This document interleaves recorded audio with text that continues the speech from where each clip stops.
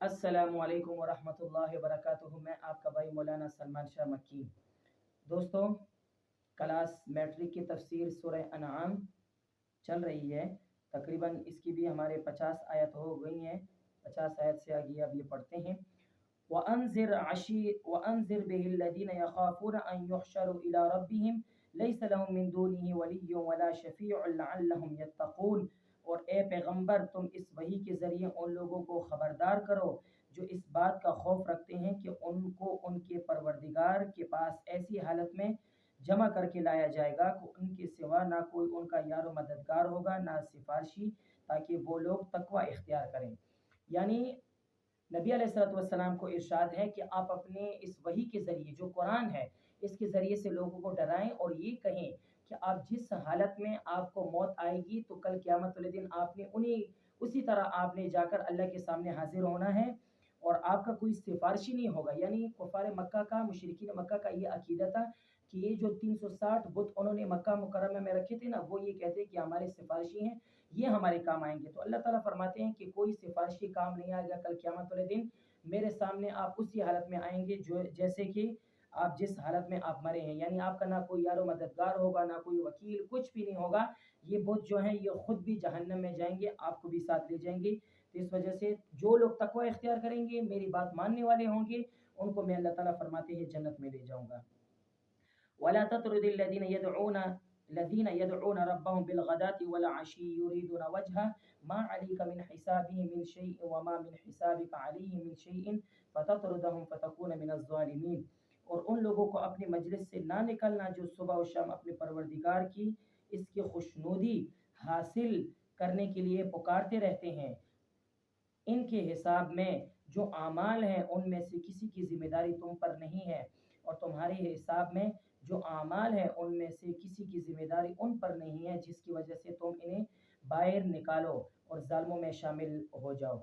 یعنی کفار مکہ یہاں پر ایک اعتراض کرتے ہیں۔ کفار مکہ یہ کہا کرتے تھے کہ ہم آپ کی بات تب سنیں گے جب آپ کے پاس یہ جو صحابہ کرام غریب قسم کے لوگ بیٹھے ہیں نا، یہ آپ ان کو نکال لو، تب ہم آپ کی بات کو مانیں گے۔ اللہ تعالیٰ ارشاد فرماتے ہیں کہ یہی تو بات ہے۔ اگر وہ حق بات، یعنی نبی علیہ السلام کو ایک حرص ہوتی تھی کہ کسی طریقے سے کفار مکہ بھی مسلمان ہو جائیں، تو نبی علیہ السلام کو ارشاد فرمایا کہ کبھی بھی ایسی بات نہیں کرنا، نہ ایسی حرکت کرنا۔ اللہ تعالیٰ اپنے نبی کو اس الفاظ سے سمجھا سکتے ہیں، لیکن ہمارے اندر اتنی ہمت نہیں کہ ہم نبی کو اس الفاظ کی یاد کریں۔ تو اللہ نے فرمایا کہ آپ اپنے صحابہ کرام کو جو اللہ کی صبح و شام تسبیح بیان کرتے ہیں، یاد کرتے ہیں، آپ ان کو اپنے پاس سے نہ اٹھائیں۔ یہ کفار مکہ اس وجہ سے ان کو اٹھاتے ہیں کہ یہ غریب ہیں۔ تو اللہ تعالیٰ فرماتے ہیں کہ ان کا امتحان ہے کہ یہ حق بات کو سنتے ہیں یا اپنی انا پر اٹکے ہوئے۔ یعنی اگر یہ بات اچھی بات، حق بات کو سننے والے ہیں تو یہ صحابہ کرام جو غریب قسم کے، یعنی جو لاچار قسم کے بیٹھے ہوئے ہیں، ان کے ساتھ بھی آ کر بیٹھ کر آپ کی بات سنیں گے۔ لیکن اگر یہ فار ایگزامپل یعنی یہ ایسی ظاہر کرنا چاہتے کہ ہم تو امیر ہیں اور ہم غریبوں میں بیٹھ کر یہ بات نہیں سنتے، تو آپ ان کی بات نہ سنیں، ان کو اپنے اعمال کرنے دیں۔ آپ کی ذمہ یہ ہے کہ آپ ان تک حق بات کو پہنچائے۔ آگے ہدایت دینا یا نہ دینا وہ میرے کام ہے، ٹھیک ہے۔ تو اللہ تعالیٰ یہاں پر یہ ارشاد فرمانا چاہ رہے ہیں کہ دیکھیں وَلَا تَطْرُدِ الَّذِينَ يَدْعُونَ رَبَّهُمْ بِالْغَدَاةِ وَالْعَشِيِّ يُرِيدُونَ وَجْهَهُ، یعنی وہ صحابہ کرام جو صبح و شام اپنے پروردگار کی خوشنودی حاصل کرتے ہیں اور اللہ کو تو پکارتے رہتے ہیں، آپ ان کو اپنی طرف سے نہ ہٹائیں۔ کسی ٹائم میں بھی آپ ان کو اپنے پاس بٹھا کر رکھیں، ان کو سمجھائیں۔ اگر کفار مکہ آپ کو کہیں کہ ہم ان کے درمیان بیٹھ کر بات نہیں سنتے، تو آپ ان کو کہہ دیں کہ آپ کا اپنا کام ہے، میرا کام ہے آپ تک حق بات کو پہنچانا۔ اگر سنتے ہو تو انہی صحابہ کرام میں آپ کو بیٹھنا ہے۔ یہاں پر ایک صحابہ کرام کی ایک عزت اور صحابہ کرام کی جو شان ہے وہ بھی یہاں پر ہمارے لیے ظاہر ہو جاتی ہے کہ صحابہ کرام جو نبی علیہ السلام کی جو جماعت ہے، جن کو صحابہ کرام کی یاد سے نام سے ہم یاد کرتے ہیں، تو ان کی بھی اللہ تعالیٰ نے تعریف اس قرآن مجید میں ارشاد فرما دی ہے۔ وَكَذَلِكَ فَتَنَّا بَعْضَهُمْ بِبَعْضٍ لِيَقُولُوا أَهَؤُلَاءِ مَنَّ اللَّهُ عَلَيْهِم مِّن بَيْنِنَا أَلَيْسَ اللَّهُ بِأَعْلَمَ بِالشَّاكِرِينَ۔ اور اسی طرح ہم نے کچھ لوگوں کو کچھ دوسرے کے ذریعے آزمائش میں ڈالا تاکہ وہ ان کے بارے میں یہ کہیں کہ کیا یہ ہیں وہ لوگ جن کو اللہ نے ہم سب کو چھوڑ کر احسان کرنے کے لیے چنا ہے؟ کیا جو کافر یہ بات کر رہے ہیں ان کے خیال میں اللہ اپنے اپنے شکر گزار بندوں کو دوسروں سے زیادہ نہیں جانتا؟ یہاں پر اللہ تعالیٰ یہ بتانا چاہ رہے تھے کہ غریب مسلمان اس حیثیت سے ان کافروں امیر کافروں کے لیے آزمائش کا سبب بن جائے، آیا یہ لوگ اصل بات کو اہمیت دیتے ہیں یا صرف اس وجہ سے حق کا انکار کرتے ہیں کہ یہ غریب ہیں؟ تو اس بات کی وجہ سے آپ ان کو پیچھے ہٹا دیں، ان کافروں کو آزمائش میں ڈالنے کا مقصد یہ ہے کہ کافروں کا بھی پتہ چل جائے گا کہ وہ حق بات کو ماننے والے ہیں یا غریب کے پاس نہ بیٹھنے کی وجہ سے ان کو چڑ ہے۔ حالانکہ ان کو چڑ تھی ان صحابہ کرام سے بیٹھنے کی، حق بات کو وہ سنتے تو نہیں تھے، اگر سنتے تو وہ شروع میں ہی اسلام لے کر آتے، لیکن وہ ان غریب صحابہ کرام کی وجہ سے چڑتے، اور آگے سے وہ کیا بات کرتے تھے کہ اللہ نے ان کو چنا ہے، ان صحابہ کرام کو، ان سے تو ہم اچھے ہیں۔ ان کے نظریے میں یہ تھا کہ جن کے پاس پیسہ دولت ہوگا، شہرت ہوگی، عہدہ ہوگا، اللہ تعالیٰ ان کو چنیں گے، لیکن اللہ کا قانون تو کچھ اور ہے۔ اللہ نے ان لوگوں کو اپنے دین کے لیے منتخب کیا جو غریب طبقے کے لوگ تھے، جو غریب تھے، یعنی اپنے وقت کا گزارا، ایک دو روٹی بھی وقت کا گزارا کرتے ہیں، ان کو اللہ تعالیٰ نے چنا۔ تو یہ کفار کہا کرتے کہ اللہ نے ان کو چنا ہے، ان کو اللہ تعالیٰ نے جنت کا مستحق بنا دیا، ہمیں چھوڑ کر، یعنی ہمارے پاس پیسے بھی ہیں، سب کچھ ہے، ہمیں اللہ تعالیٰ نے چھوڑا اور ان کو اللہ تعالیٰ نے جنت کا مستحق بنا دیا۔ تو ایسے نہیں کرنا چاہیے اللہ تعالیٰ کو، یعنی وہ کفار مکہ ایسی بات کیا کرتے تھے اللہ کے خلاف۔ وَإِذَا جَاءَكَ الَّذِينَ يُؤْمِنُونَ بِآيَاتِنَا فَقُلْ سَلَامٌ عَلَيْكُمْ كَتَبَ رَبُّكُمْ عَلَى نَفْسِهِ الرَّحْمَةَ أَنَّهُ مَنْ عَمِلَ مِنْكُمْ سُوءًا بِجَهَالَةٍ ثُمَّ تَابَ مِنْ بَعْدِهِ وَأَصْلَحَ فَأَنَّهُ غَفُورٌ رَحِيمٌ۔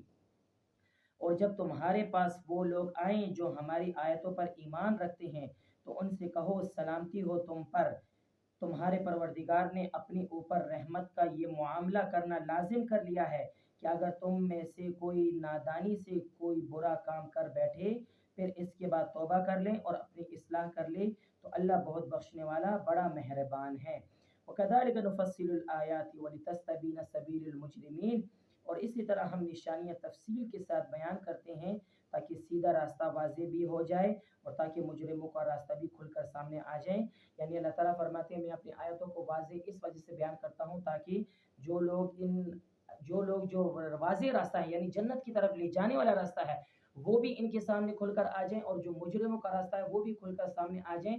جو نیک بندے ہوں گے وہ سیدھے راستے کو لیں گے اور سیدھے راستے میں جا کر، سیدھے راستے پہ ہی جا کر وہ جنت میں جائیں گے، اور مجرم جو لوگ ہوں گے وہ غلط راستے کو لیں گے اور غلط راستہ جائے گا جہنم میں۔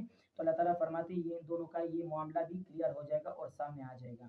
اچھا اسٹوڈنٹس، کلاس میٹرک کی ہمارے سورہ انعام آیت نمبر 50 سے لے کر 55 آیت نمبر تک ہو گیا، یعنی ہمارا رکوع نمبر 11 سے لے کر رکوع نمبر 12 تک یہ ہمارا ہو گیا کلاس میٹرک کی، ٹھیک ہے۔ کلاس میٹرک کی سورہ انعام جو ہمارا چل رہا ہے اس میں تقریباً ہمارا 50 سے لے کر 55 نمبر آیت تک ہماری یہ تفسیر ہو گئی۔